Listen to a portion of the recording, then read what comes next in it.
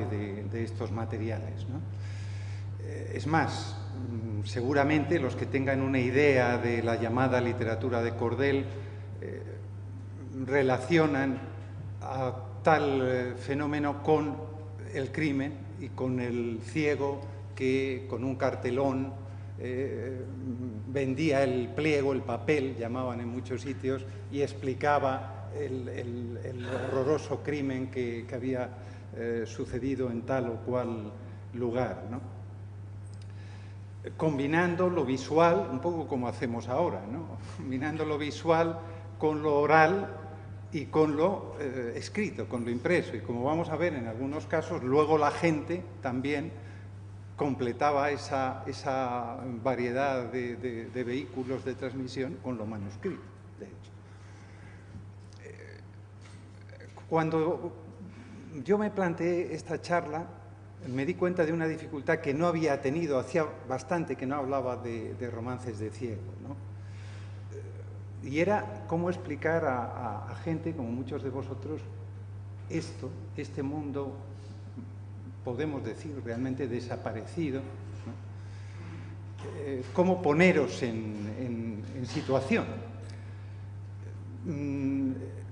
Y voy a utilizar dos estrategias. La primera es pediros el esfuerzo de imaginación para iros colocando en los hechos que voy a tratar con más detalle y el romance que de ellos circuló. Pediros imaginación para trasladaros al pasado y luego también para identificaros conmigo en lo posible en un pasado más reciente, que es el de los años 80, en el que yo recojo información sobre este crimen del que hablaré, de una manera tangencial, como veréis, porque ya, claro, esos años también están muy lejos. O sea, esos años han quedado borrados, casi superados, en fin, con esa palabra, con ese palabra que tanto se utiliza, obsoletos, ¿no? en muchas cosas, y también hay que explicarlos. El primer esfuerzo os lo pido para imaginaros que vais con Antonio Machado, el poeta, en un tren cerca de Soria, y que Antonio Machado habla con un campesino que a su vez le refiere varias cosas, según él. Estoy aludiendo a la introducción que hace Machado en torno al año 10 del siglo pasado, de este encuentro en su tierra de Álvar González, la tierra de Álvar González, ¿no? Dice él que en los pinares de Duruelo una joven vaquera había aparecido cosida a puñaladas y violada después de muerta. El campesino con el que va hablando acusaba a un rico ganadero de Valdeavellano, preso por los indicios en la cárcel de Soria, como autor indudable de tan bárbara fechoría, y desconfiaba de la justicia porque la víctima era pobre. En las pequeñas ciudades, dice Machado, las gentes se apasionan del juego y la política como en las grandes del arte y de la pornografía, ocios de mercaderes, pero en los campos solo interesan las labores que reclaman la tierra y los crímenes de los hombres. Más adelante, este mismo campesino, según Machado, le habla de que va a relatarle la historia de Álvar González con estas palabras. Dice: siendo niño oí contar a un pastor la historia de Álvar González y sé que anda inscrita en papeles y que los ciegos la cantan por tierras de Berlanga, ¿no? Probablemente todo esto es una invención literaria y seguramente también el personaje. Es más probable, como vamos a ver, que Machado, que no debía de hablar mucho con la gente, a pesar de que su padre había sido folclorista, ni a lo mejor entenderse mucho tampoco con ellos, esa es la impresión que da de su estancia en Soria, recompone en esta conversación lo que sí había tenido una enorme trascendencia en aquellos años en Soria, y muy especialmente en Soria capital, ¿no?, que había sido un crimen que había conmovido muchísimo a la opinión pública y que estaba en boca de todos. Este crimen de Duruelo del que Machado habla al principio de la tierra de Álvar González, ¿no?, en el Esordio en prosa a la misma. Verdaderamente se hablaba de muchos crímenes. Parece que había, hay momentos en que parece que hay más crímenes que en otros. A lo mejor sencillamente ocurre que, aun siendo la ratio la misma o parecida, se vocean más, ¿no?, se difunden. Entonces, en aquel momento se ve, tanto por la prensa como por los romances de Ciego, que en Soria se hablaba mucho de crímenes, de crímenes fundamentalmente de este tipo, ¿no?, como parece que fue el de Duruelo, ¿no?, con un móvil sexual, ¿no? Pero en la literatura de Cordel, a la que antes nos hemos referido, y para terminar de marcar el tema, antes de seguir con este estudio de caso que voy a intentar desarrollar aquí, caben muchísimas cosas, no solo los llamados romances de Ciego. Los ciegos además eran uno de los vehículos, digamos, uno de los transmisores, pero no el único, y caben muchos géneros. Se ha hablado de la literatura de Cordel como de un género fronterizo, pero verdaderamente es un género de géneros. Y propiamente no es un género, es una forma de transmitir montones de cosas, algunas de ellas ni siquiera verdaderamente literatura, ¿no? En un libro que publiqué hace años, en el 87, creo recordar, Palabras para vender y cantar, literatura popular en la Castilla de este siglo era el pasado, yo incluía justamente una de las llamadas que recogí de romances de Ciego al principio del texto, y es un ciego intentando reunir a gente a su alrededor y hablando del material que vende, o sea, de su producto, ¿no? Dice: chicos, mozos y grandes, venid todos a oír al coplero, que os trae el mejor relato que se escribió en aquel tiempo. No hay crimen que yo no cante, ni amor para mí secreto, ni batalla, ni conquista, ni cogida de torero, todo en romances escrito para solaz y recreo del que por su limosna quiera oír al coplero. Pero junto a estos temas que señalaba un coplero en las tierras castellanas, había otros muchos materiales de esa literatura de Cordel, se llama así porque se colgaba de una cuerda para ser vendida, en la que prácticamente hasta los años 60 se difundieron muchos relatos, muchas historias en España, y que tuvo como género, o como género de géneros, o como vehículo de transmisión, una gran importancia en la difusión de la cultura popular europea y luego de la misma en América, ¿no? Por poner algunos ejemplos raros, hay, además de las aleluyas, que muchos conocerán, ¿no?, esos pareados con viñetitas que son un poco precedentes del cómic, otras cosas más raras, ¿no?, lo que llamaban estrechos, tarjetas que se vendían pues para ciertas festividades, ejemplos tan raros como este, ¿no?, ya impreso en una imprenta de Aurelio de Llano de la calle Rodas en Madrid, que es de las últimas que siguió funcionando, ¿no?, prácticamente hasta la década de los 60, donde vemos cosas que también nos encontramos hoy, ¿no? Los consejos y revelación de secretos del Gran Corán para los caballeros y señoritas que deseen vencer en el amor por el fakir indius, ¿no? Para conquistar al hombre, para conquistar a la mujer, ¿no?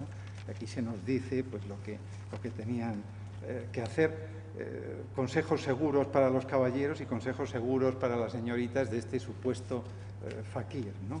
Luego, el aspecto humorístico, veremos algún ejemplo más después en las transparencias, pero bueno, enseño, este es catalán, lo compré de hecho en Barcelona y son las virtudes del cagar, ¿no? Las virtudes del cagar, ¿no?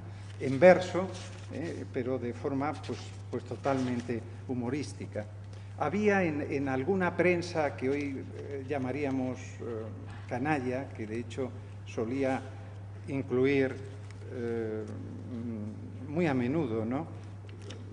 Romances de ciego, en el sentido que antes decía, de crímenes, en fin, de casos raros o tremendos, pequeñas cuñas que en esas revistas o periódicos muy avillanados, ¿no?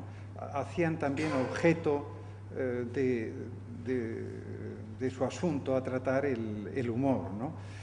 Jugando con el equívoco, ¿no? Aquí en este libro al que antes me refería, pues publiqué uno de Valladolid, que es, esto lo vemos en Internet, cosas muy parecidas hoy en día, ¿no? Juegos, parodias de avisos de la autoridad, de tarjetas que no son tales, en fin, de ofertas que tampoco. Bueno, pues este tarugo tabla de un carpintero, ¿no? Pues juega con el equívoco sexual, ¿no? Totalmente. Entonces, lo que intenta buscar es la risa, ¿no? Dice, tarugo table, parece que es una factura de un carpintero, que tiene un negocio que se llama así. Y después, por una percha para colgar al señorito, puntos suspensivos, las ropas de su uso. Por echarle un culo a la señorita, puntos suspensivos, en la silla de costura. Por otro culo nuevo que le puse a la criada, puntos suspensivos, en la artesa del fregadero. Por echarle a la criada 2 tablas en la cama y meterla un tarugo, taparla más rajas, encolárselas, repasárselas y otras chapuzas que hice en su cuarto. Por darle al vecino, por cuenta del señorito, una tabla de pino. Por darle barniz al señorito en el culo de la escopeta y enderezársela la vaina del cuchillo de monte. Por hacerle un niño a la señorita de caoba. Por meterle a la criada en el culo del arca un listón y taparla una grieta que tenía en la tapa. Bueno, por afirmarle al criado una pata de la cama y darle por detrás una mano de pintura al cabecero, en fin, está jugando con eso y acaba diciendo, por hacerle a la criada un tarugo para metérselo en la puerta de la cocina y cerrar por dentro, por tener descompuesta la cerradura, y otro que le metía al criado en la puerta de la cuadra, por varias chapuzas que hizo la señorita, recibí tal, y pone la nota, rebajo una peseta a la criada por calentarme la cola y meneármela. Hasta época bastante reciente, aunque podemos llamar las grandes imprentas, que generalmente no se dedicaban solo al género, como fue la imprenta Hernando, que también fue una imprenta de cierta importancia en Madrid, que tenía puesto a la venta en la calle Arenal.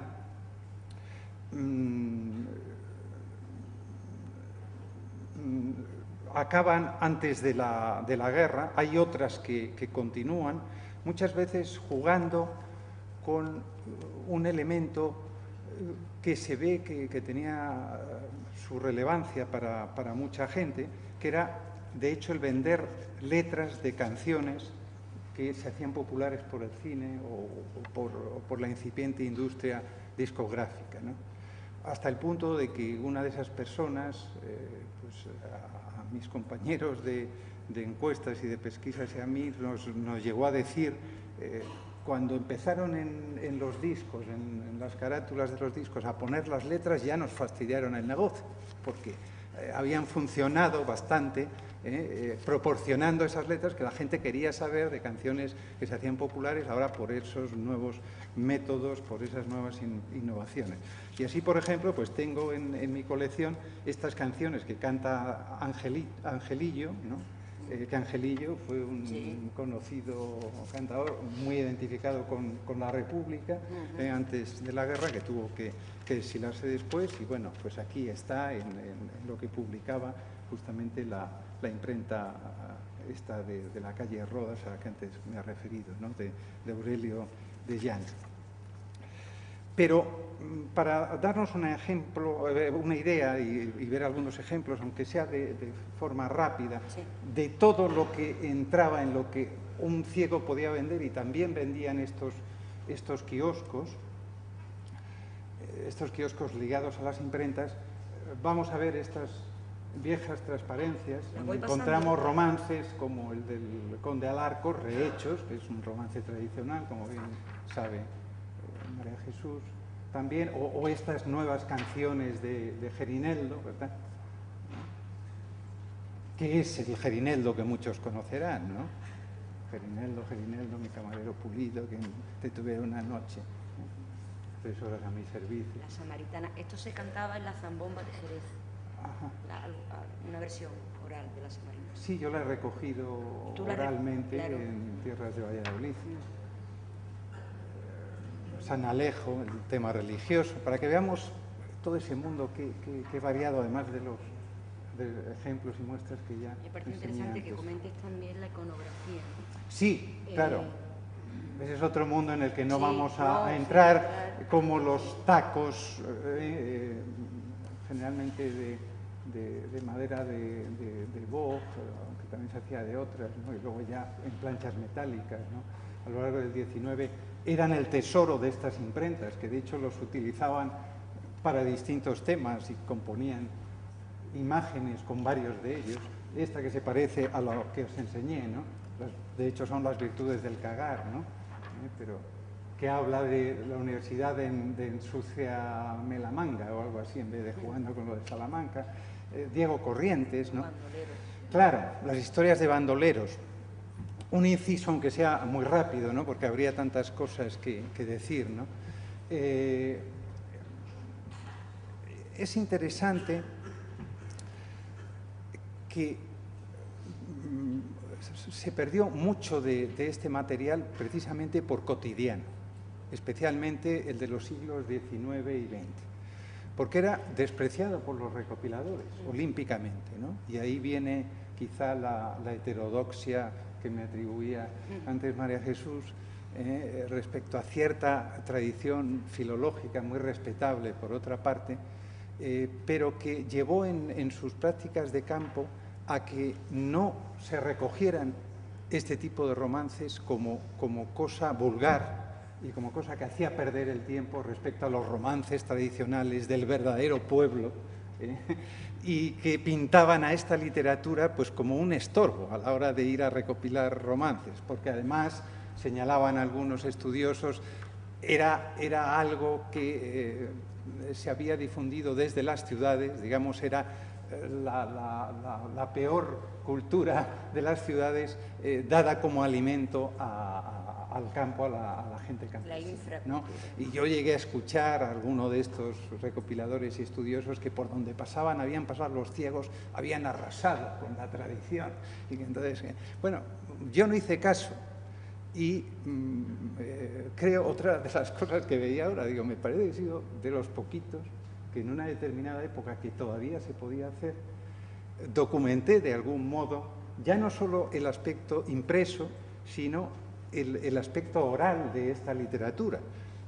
¿Por qué? Pues porque la otra gente que también se dedicaba a recopilar, por ejemplo, romances o cuentos, no lo hacía.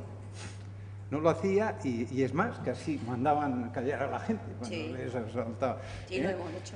Lo cual a mí me parecía un disparate, porque, claro, convertir lo que es un prejuicio ideológico y estético en una forma de método o de no método, de contramétodo, de excluir antes de recoger esa realidad, estaba falseando un tanto la propia recopilación romancística.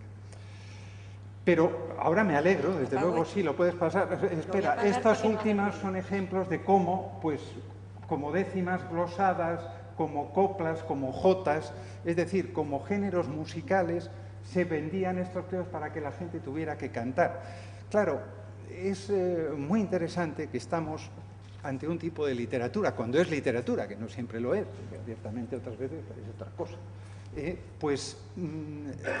se transmitía, lo ha dicho muy bien Jean-François Botrel, ¿no?, un gran estudioso, además de buen amigo del tema, que es, él lo dice en francés, que queda mejor, ¿no?, entre dos, ¿no? Es decir, que es una literatura entre lo escrito y lo oral, entre lo impreso, yo diría entre tres, entre lo impreso, lo manuscrito, lo oral y a veces lo visual, cuando el cartelón hacía acto de presencia y el ciego lo utilizaba para ir explicando el crimen. Bien, pues volviendo ahora, hecha esta introducción mínima al asunto que más me ocupa, voy a hablar de esos crímenes. Hay un crimen como es el de Valdenarros, con el que yo ya me topo a principios de los 80, en realidad el año 80 todavía, en un pueblo cercano a Valdenarros, en Valdealbillo, me hablan, una persona que además era de Valdenarros, de ese crimen cometido pues por un novio a su novia, que el día de carnaval pues habían tenido esos problemas, ¿no?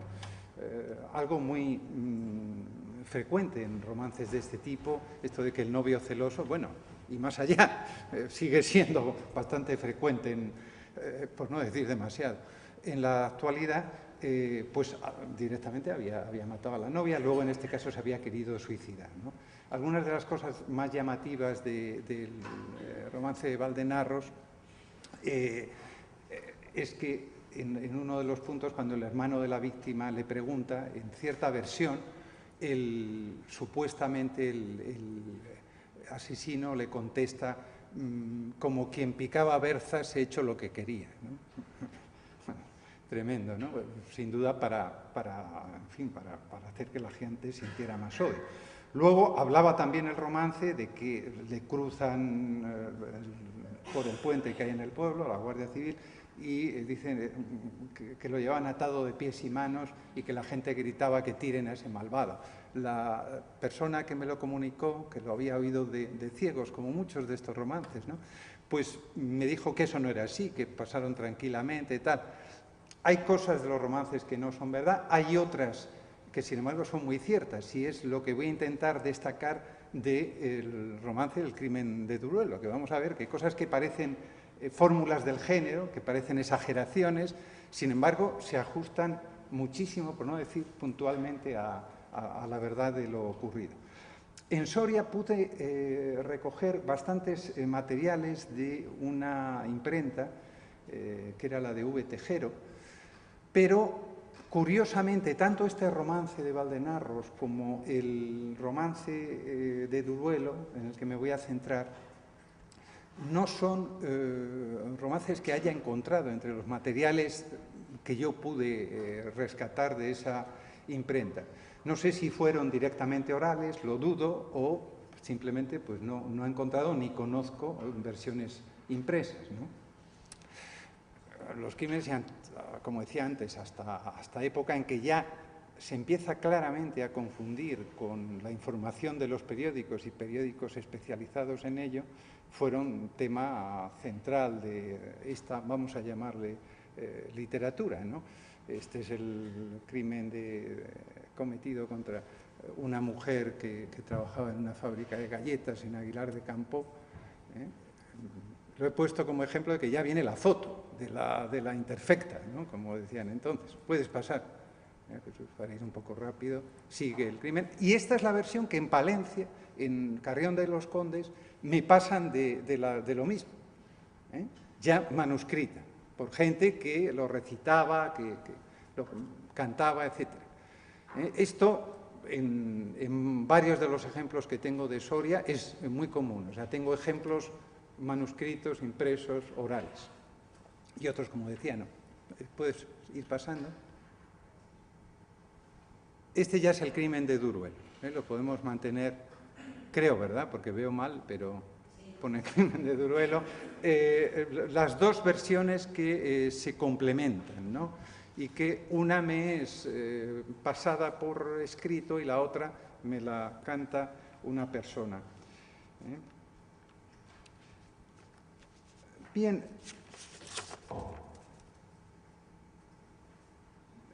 es interesante hacer notar que algún pliego de muy mala calidad, pero es este, que habla de un horrible fratricidio conocido en el pueblo de Cervón, también de la colección impresa por la imprenta Tejero de Soria.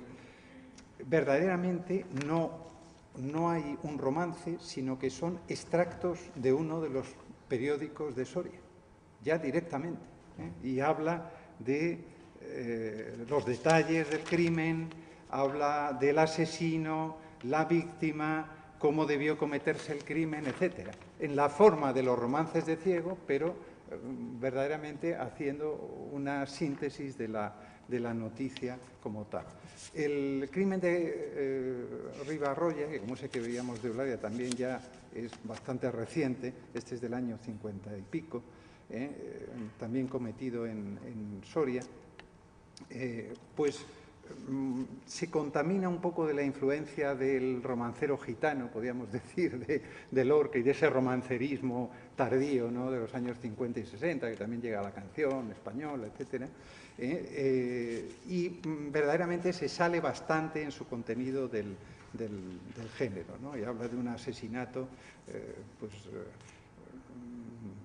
vamos a decir, muy terrible, de una niña, donde además el asesino, que parece un poco retrasado, pues es capturado incluso con la ropa interior de la víctima, en fin, ese tipo de detalles morbosos, etcétera, ¿no? Puedes pasar, si ya habéis visto estas dos y el romance.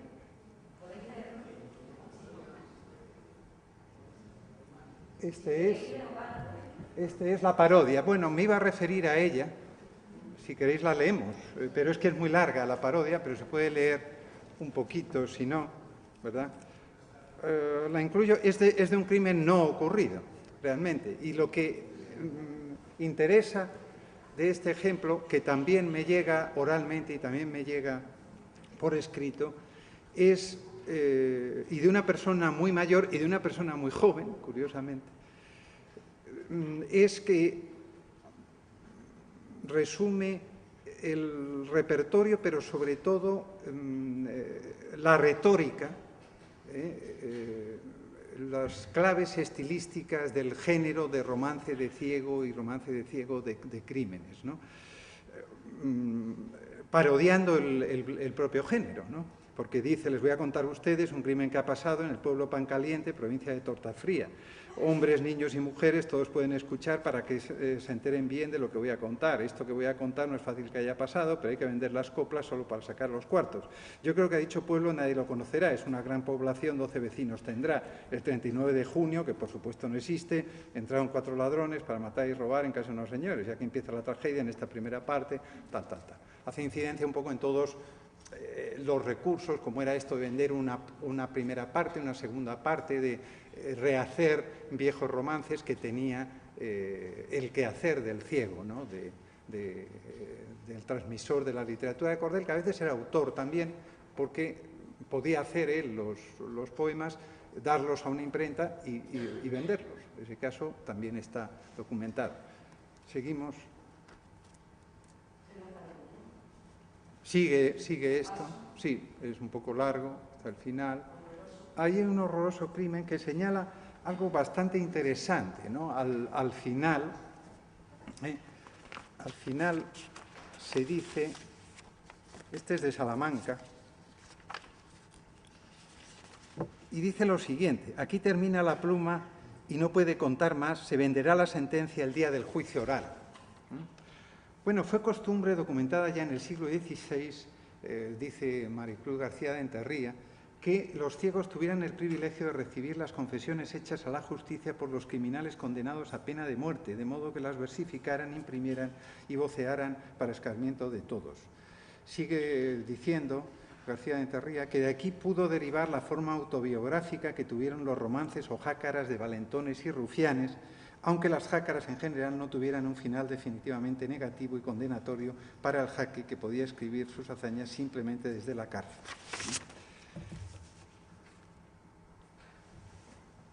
Bueno, para resumir lo que llevo dicho del género y ya pasar a hablar del crimen, Caro Baroja, un gran estudioso, y parece ser que también heterodoxo, como yo, del campo, ha escrito a propósito de la tradición oral, que ya no es, tendríamos que decir ahora, no era, en un determinado momento la anciana mujer metida en su hogar, la transmisora principal de estos géneros.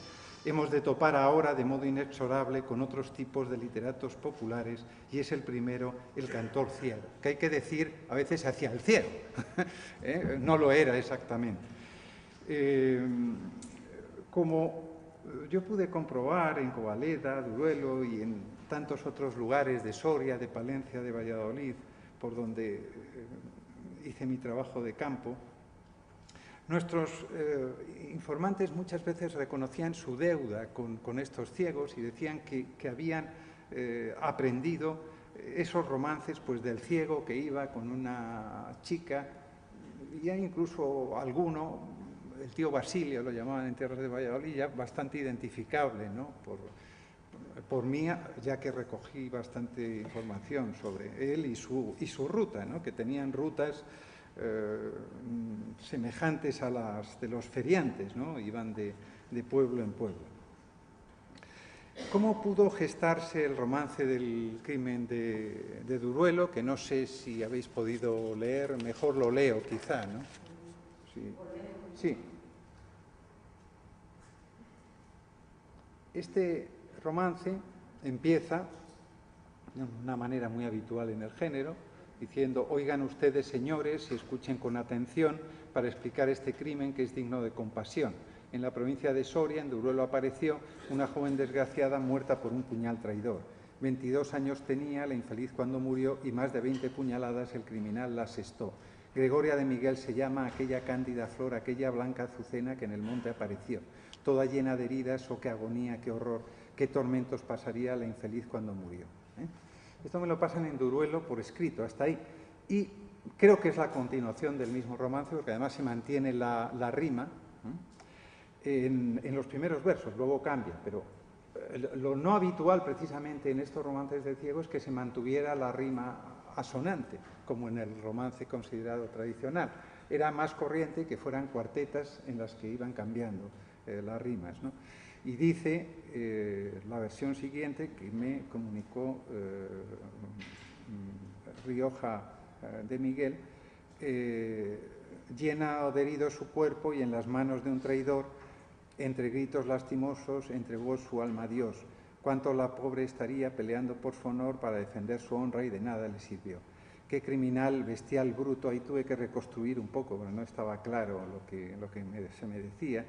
Si era qué criminal, bestia, bruto, todo así seguido, o bestial, bruto, sería el que la mató, que antes y después de muerta 2 veces la violó.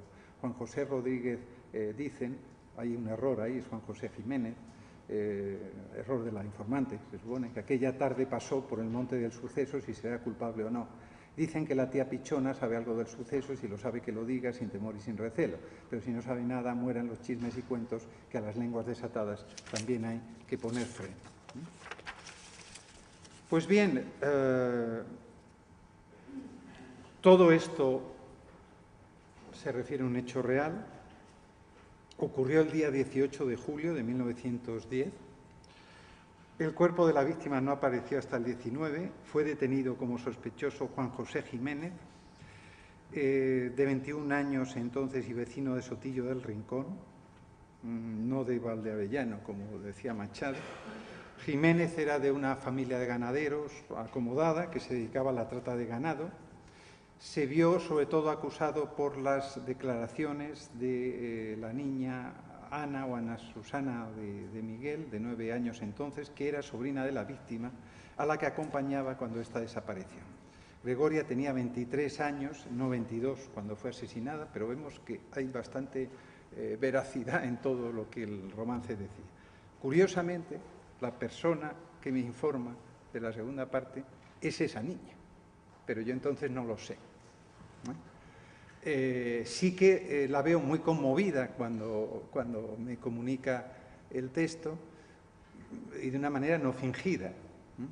Y después voy recomponiendo toda la historia a la que algún día me gustaría volver, ¿no? Porque luego he ido reuniendo materiales, por ejemplo, de los periódicos, ¿no?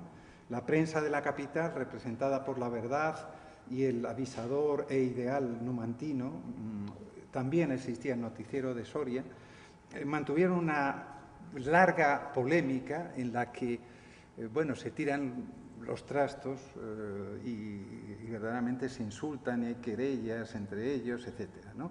Porque el Avisador numantino muy pronto toma parte, digamos, por el acusado, diciendo que, bueno, que era de una familia impecable, tal, entre otras cosas, que de una conducta intachable, no sé qué, se personan incluso como acción popular, pero que en realidad, como denuncia La Verdad, que es el otro periódico, está actuando a favor del acusado más que de los otros, y hay otra acción popular promovida en el pueblo de Duruelo.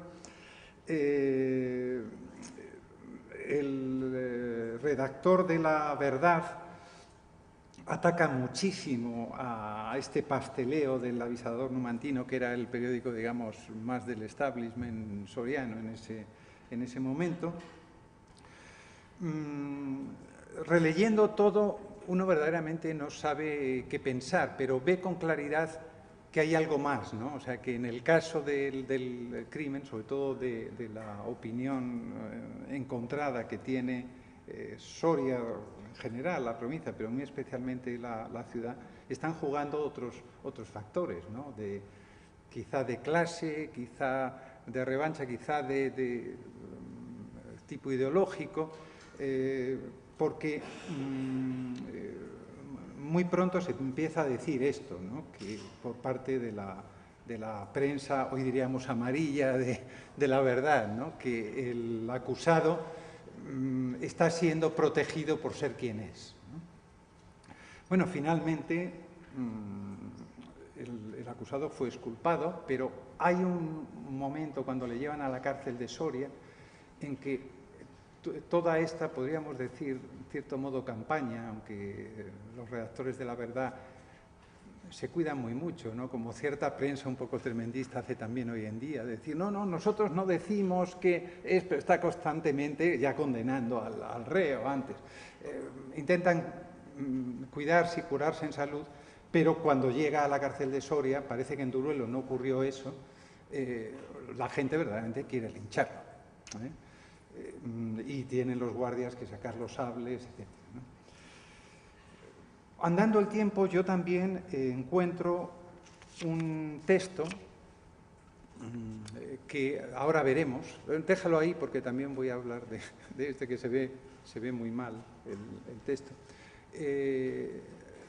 Andando un poco el tiempo, se publica, y lo veremos luego, un librito sin año, pero es de suponer que se solapa con los hechos y con el juicio, firmado por un amante de la justicia, donde lo que se da es la versión a favor del acusado, realmente, y se favorecen detalles de la autopsia, que voy a incluir aquí, que parece que fueron bastante relevantes entonces, ¿no? Y ahora hablaremos de ello. En otros crímenes, ¿no? como este de la mujer fatal, ¿no? De un pueblo de Zamora, pásalo porque además se ve muy mal. Lo he incluido como ejemplo de esos crímenes en que la mala es la mujer, por así decirlo, que insta a su amante a matar al marido y a los niños. que es la otra parte. Los de Soria que conozco fundamentalmente son asesinatos del tipo que antes decía, contra jóvenes o contra niñas. Ahí tenemos ya la autopsia, ¿verdad? En esa autopsia, bueno, se dicen muchas cosas. Me imagino, claro, entonces no había pruebas de ADN y todas estas cosas. Muchos de vosotros como criminólogos modernos, aspirantes a serlo, pues supongo que encontraréis chuscas algunas de las cuestiones que ahí se dicen, o quizá no tanto, ¿no? Como que parece, según los expertos, los técnicos forenses, que la víctima tenía bastante abundancia de semen. Pone ahí en los generales, pero indudablemente es en los genitales, ¿no? Y es una errata curiosa. Entonces llegan a la conclusión de que es difícil que un hombre lo haya hecho. Luego parece que examinan al acusado y hablan de un unto sebáceo, no sé qué. Bueno, parece que es un elemento que se tiene pues, en la punta de ese sitio cuando no se ha practicado sexo durante bastante tiempo, pero que es difícil que se tenga si acababa de hacerlo y tal. Y luego hay unas diatribas sobre si desaparecieron las alforjas que tenía, sobre si se había limpiado o no se había limpiado, tal. Bueno, la versión que se da, tengo que decir que, claro, parece que no quedan actas del juicio porque se quemó en la guerra buena parte de los archivos en Soria, judiciales.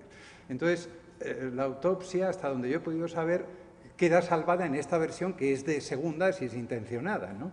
Pero que debió de tener bastante importancia para que fuera exculpado el acusado. Aparte de que no encontraría el juez que había pruebas del todo concluyentes, ¿no? La versión a favor, y que aquí os traslado, y tengo mi documentación a vuestra disposición, porque es un crimen no resuelto, ya que el culpable salió inocente, pues va en el sentido de que este acusado, Juan José Jiménez, pasaba por allí, pero no tuvo que ver con el asunto. Y luego otras propuestas, hay algunas un poco rocambolescas que el avisador numantino, a pesar de ir de prensa moderada, plantea, ¿no?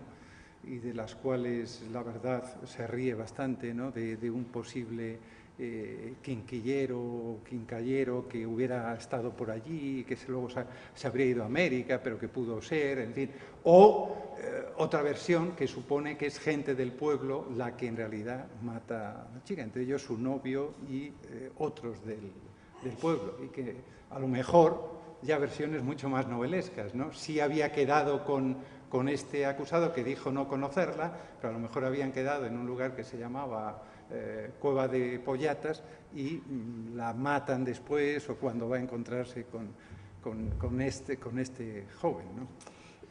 Bueno, hay para muchas novelas, hay material para reconstruir, sin duda,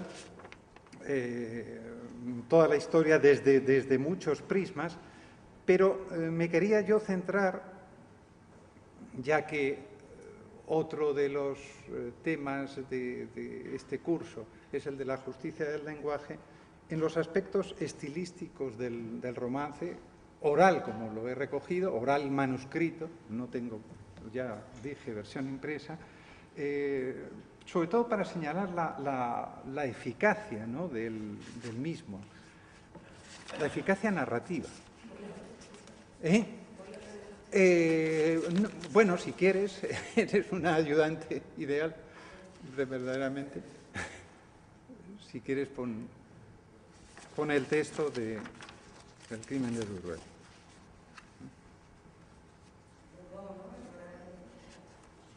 Estaban ahí, ¿verdad?, al principio.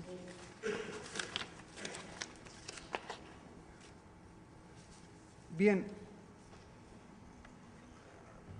Yo creo que se podría hablar de una técnica de zoom, ¿no?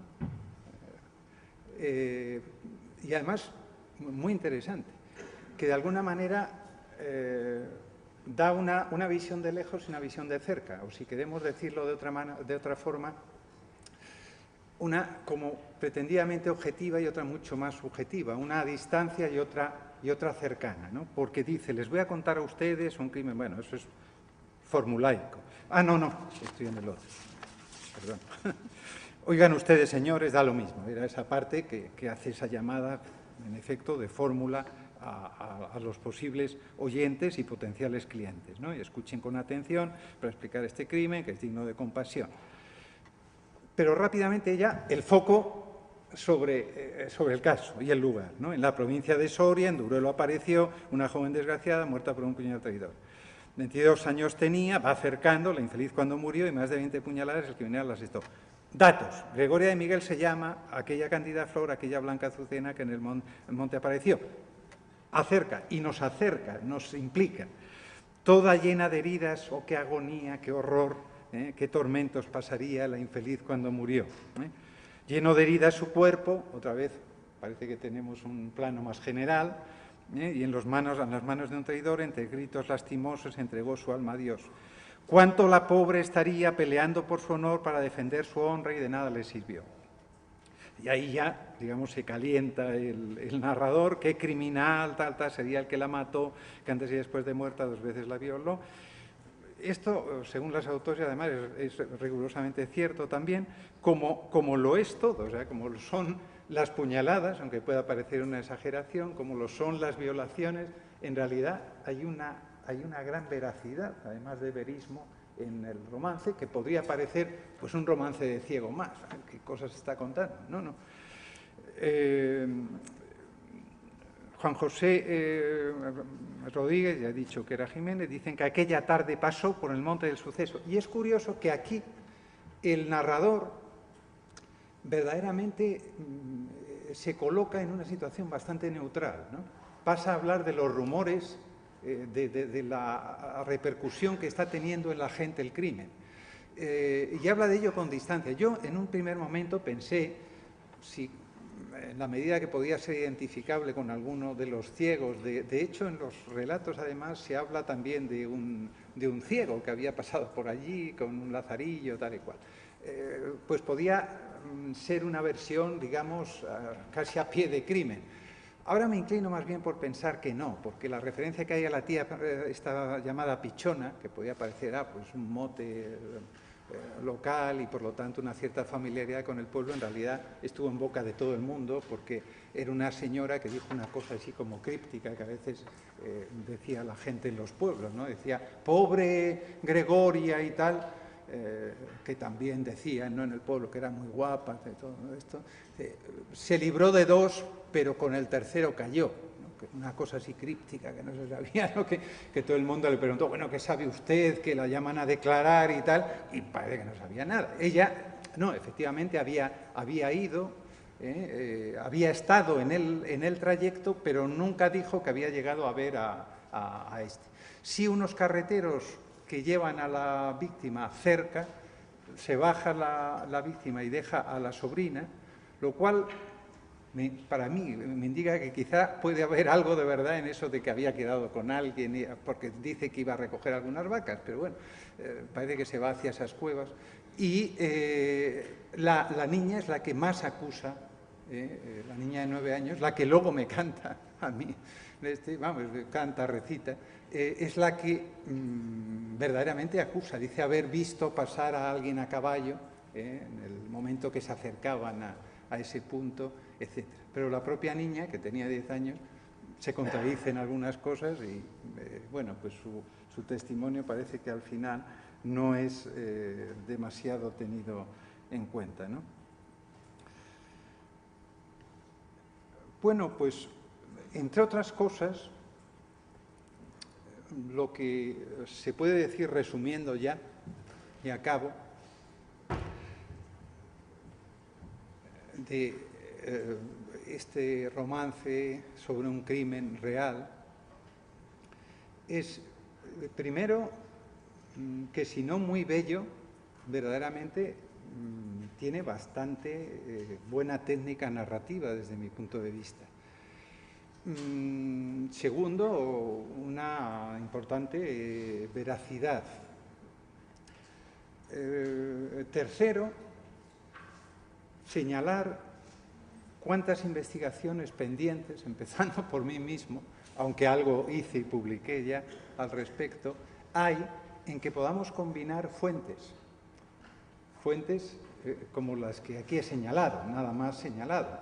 Está todo lo publicado en La Verdad, en el Avisador Numantino, está el material que yo recojo oral, quizá lo más valioso en este momento, por raro, si no se hubiera perdido realmente al fallecer estas personas, y que da idea de la popularidad del caso.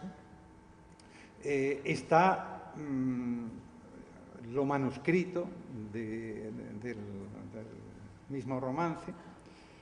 Está la mención de Machad al crimen. Bueno, en realidad hay para un libro. Hay para un libro y señalar muchas cosas y algunas finales sobre las que querría poner el énfasis, ¿no? Para juntar los mimbres y señalar un poco una vía de trabajo, yo creo que interesante, ¿no? En un curso, para un curso que habla o debe tratar, versar de arte y crimen y de justicia del lenguaje, ¿no? El interés de estas creaciones, por muy despreciadas que hayan sido, esta juglaría degenerada, ¿no?, como la llamaban algunos de los ciegos, la importancia del arte ya señalada por muchos autores, ¿no?, para fijar, para dar cuenta de aspectos jurídicos e incluso conformarlos, ¿no?, porque vemos que en los romances de Ciego ocurre un poco como en las tragedias griegas, ¿no?, que hay un componente ahí importante de ley muchas veces, ¿no? Lo que se puede hacer, lo que no se debe hacer, lo que es del todo inadmisible o podría medio permitirse, o, en fin, o lo que es un cuestionamiento de la propia ley, ¿no? Por ejemplo, en algunas tragedias de Eurípides. Pues en los romances de Ciego, guardando las muchas distancias, pasa algo semejante, ¿no? Muchos de ellos, que sí pueden ser reflejo de una visión bastante conservadurista. Claro, esto que se ha idealizado como pueblos tradicionales no era tan bonito, no era tan maravilloso, ¿eh? Lo que están diciendo muchos de estos romances es, si eres mujer y tal, mucho cuidado con engañar al marido, mucho cuidado con salir tal, mucho cuidado con esto, con lo otro, todas las prohibiciones, todos los tabúes. Pero también en los propios romances de Ciego a menudo se cuestiona la propia norma, y esto también es interesante, ¿no? Y especialmente cuando entra en juego el amor. A menudo el autor o el cantor plantea que el amor lo justifica todo, por así decirlo, ¿eh? Y eso ya es salirse un tanto de ciertas normas, ¿no? De manera que hay en todo este material cantidad de preguntas que uno puede hacerse, muy especialmente, espero haberos dado pues solamente un apunte de ellas, en torno a los crímenes, que no son puramente papelillos hechos para vender, estaban también advirtiendo, señalando, dando versiones en un sentido o en otro, o manteniendo la imparcialidad, y proporcionando en definitiva una visión del mundo a la gente que consumía estos materiales, ¿no? Hoy en día, vuelvo a lo del principio, y recuerdo las palabras de Machado, ¿no? Este mundo parece definitivamente periclitado, ¿eh? Y lo que Machado decía, ¿no?, de que solo interesan en el campo las labores que reclama la tierra y los crímenes de los hombres, pues evidentemente no es así. Quizá sea bueno que no sea así, pero también hay que ver la otra parte, y es la reflexión que os propongo, ¿no? Todo lo que ha cambiado, lo que ahora a mí me preocupa más, ¿no? Y si miro hacia atrás, como he tenido que hacer estos días, ¿no?, al preparar la charla, bueno, aparte de que me produce un cierto vértigo todo el tiempo que ha pasado desde que yo era un personaje más de esto, preguntando en los pueblos, hablando con la gente, reconstruyendo casi inevitablemente historias que en principio creía que no me interesaban, pues veo que ha habido cambios que han hecho el mundo quizá absolutamente diferente, ¿no?, en algunos aspectos.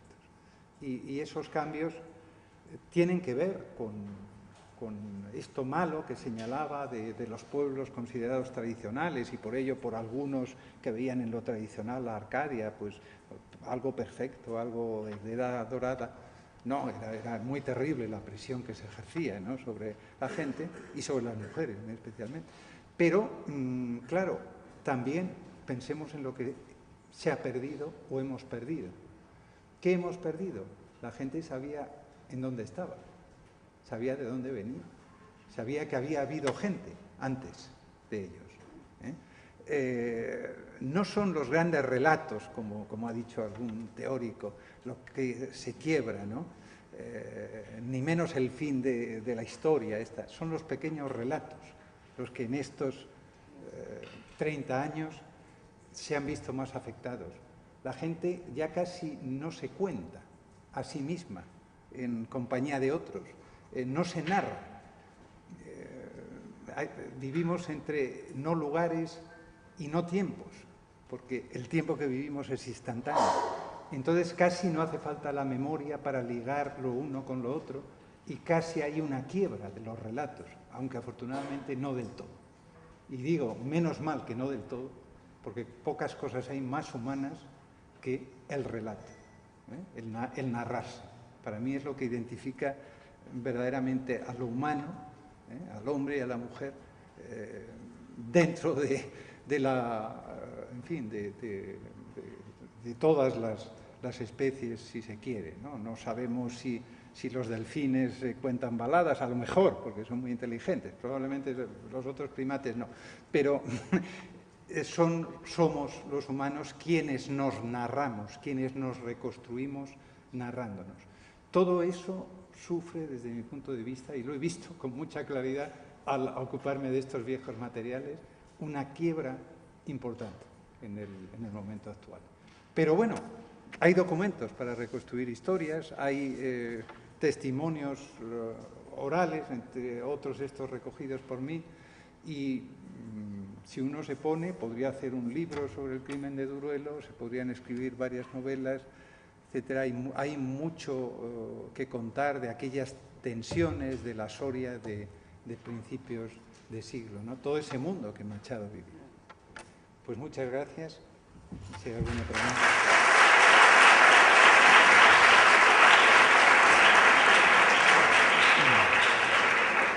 Muchas gracias, Luis. No dije en la presentación algo que quería haber dicho, y es que Luis de Aviana, aparte de antropólogo, de profesor, es escritor, poeta y novelista, premiado además, pero creo que se ha notado, ¿no? Pues si se ha notado, para bien, gracias. Como te gusta decirlo. ¿Hay alguna cuestión que quieran plantear?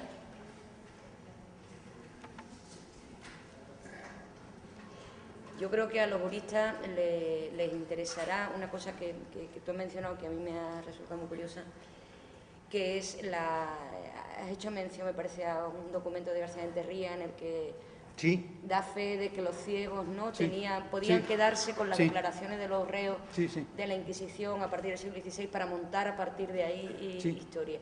Y me he acordado de una novela que para los juristas es muy conocida, que es El Lazarillo, bueno, para todos, ¿no? sí, sí, porque El Lazarillo, que en algún momento he leído. Empieza con ese pretexto, además, claro, judicial. exactamente. Sí. Si quieres saber mi caso, de cabo a rabo, etcétera, etcétera. Y en algún momento he leído que el Lazarillo, el primer delincuente, ¿no?, al que los juristas siempre se aproximan, podría ser una reinterpretación, un verter al molde novelesco o al molde epistolar, lo que era en principio una confesión de reo ante la Inquisición, que de alguna manera responde a todas esas fórmulas. Creo que Gómez Moriana en un momento dado lo interpreta como una reescritura de una... No sé, se me ocurre que quizás del Lazarillo circularon romances, circuló narraciones de cordel o de algo parecido. Sí, casi mejor no nos metemos ahí. Porque no, doctores tiene, luego nos llaman heterodoxos, ¿no? Sí, hasta los amigos. Pero no, es verdad que al menos bebe de una manera muy interesante de un molde y de unos recursos que tocan de manera muy cercana ese ámbito de lo popular, ¿no?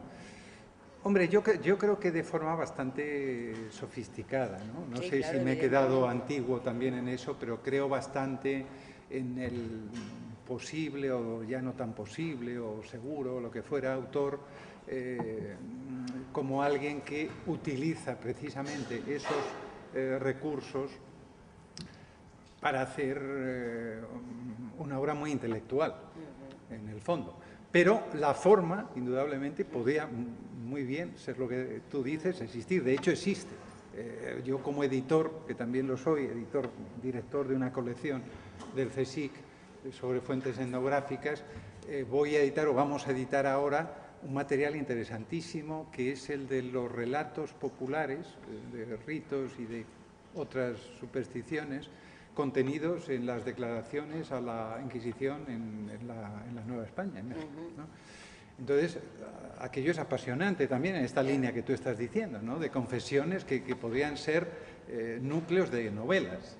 Otro aspecto que de alguna manera se me ha pasado o que, bueno, podía haber tratado y obviado, como se dice también tanto en los últimos tiempos, el del aprovechamiento artístico que algunos autores hicieron de estos materiales tan desdeñados por los estudiosos desde el XIX.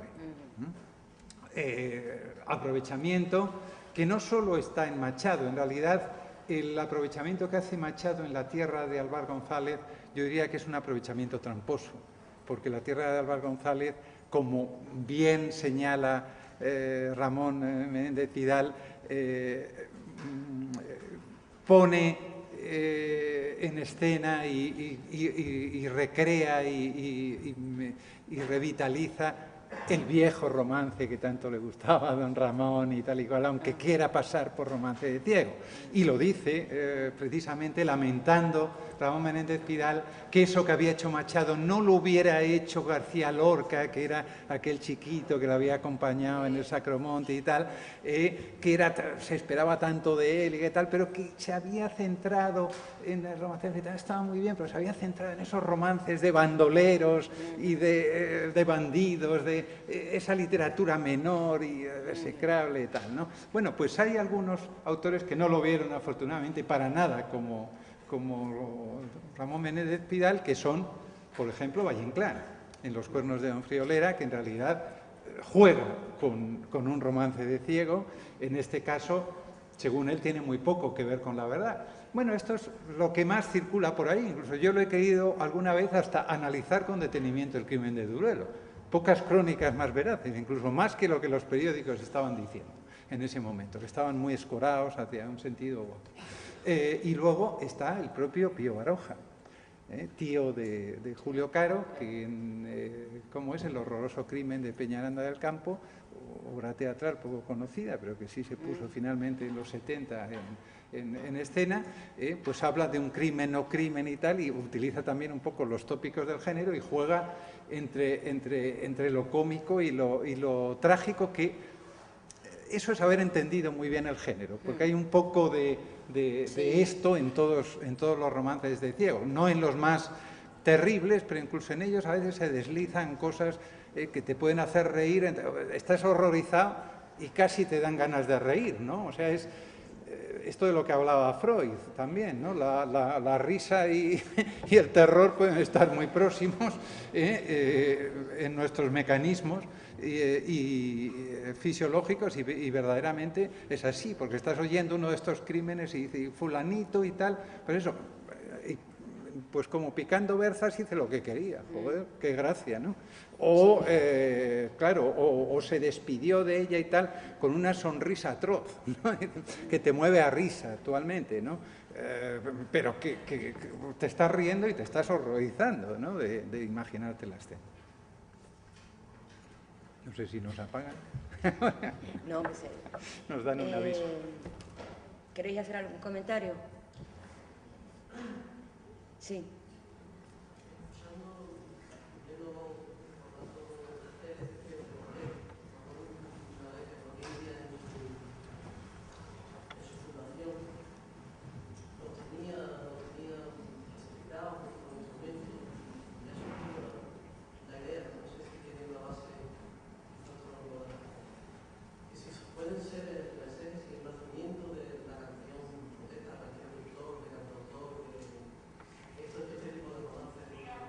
Sí, bueno, eso se ha querido ver en algún momento, pero es mucho decir.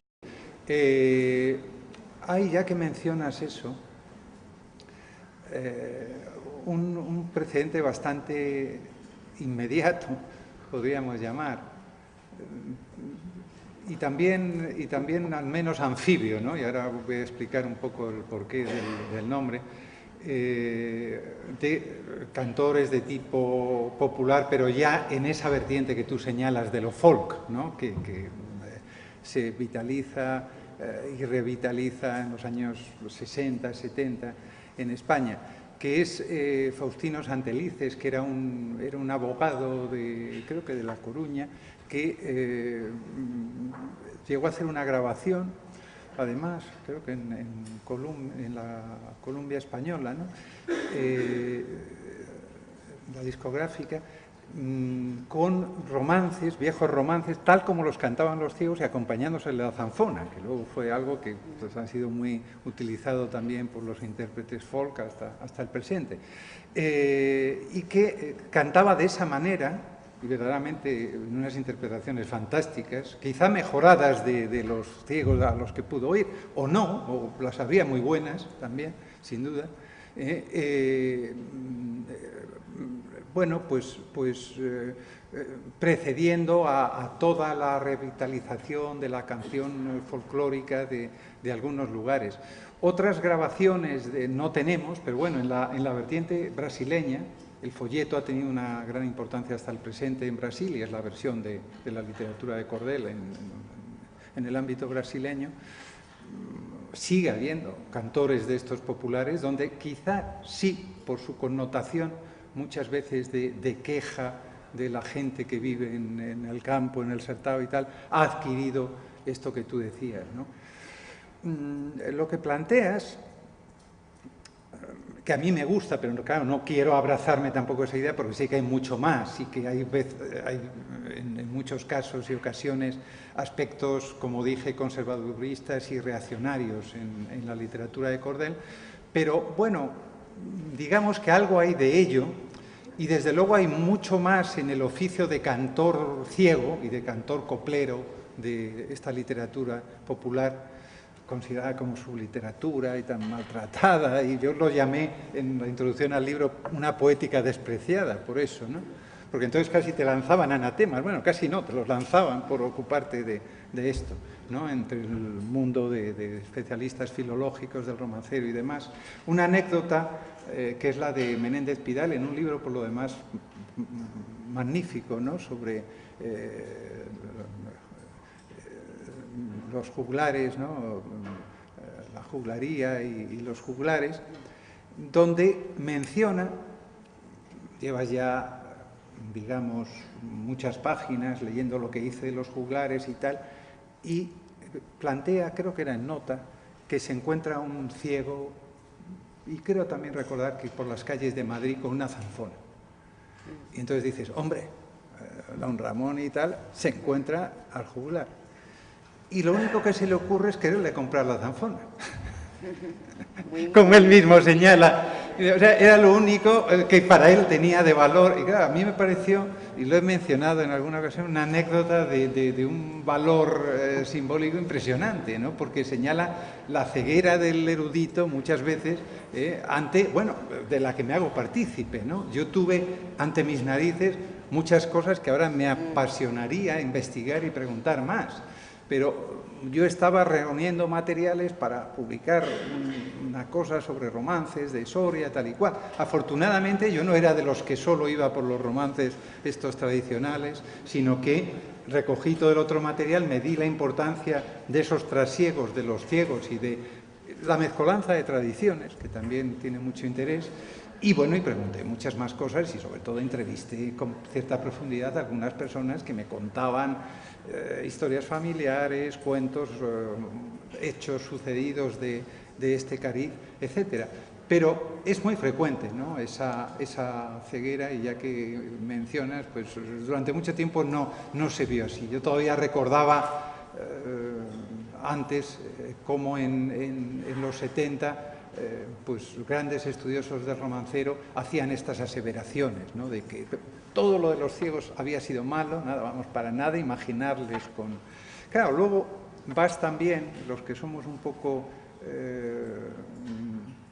curiosos o interesados con la teoría, buscando a qué se debe todo esto, y encuentras a Herder en Alemania como precedente, ¿no?, con Goethe, la recuperación de la canción popular y lo que se buscaba y las distinciones que ya hace Herder de un pueblo auténtico, que es el campesino, y de un pueblo, el vocinglero de las ciudades, que se ha degenerado, y que los maestros cantores eran aquellos juglares que iban por el campo y tal y cual, y que lo otro es un vulgo.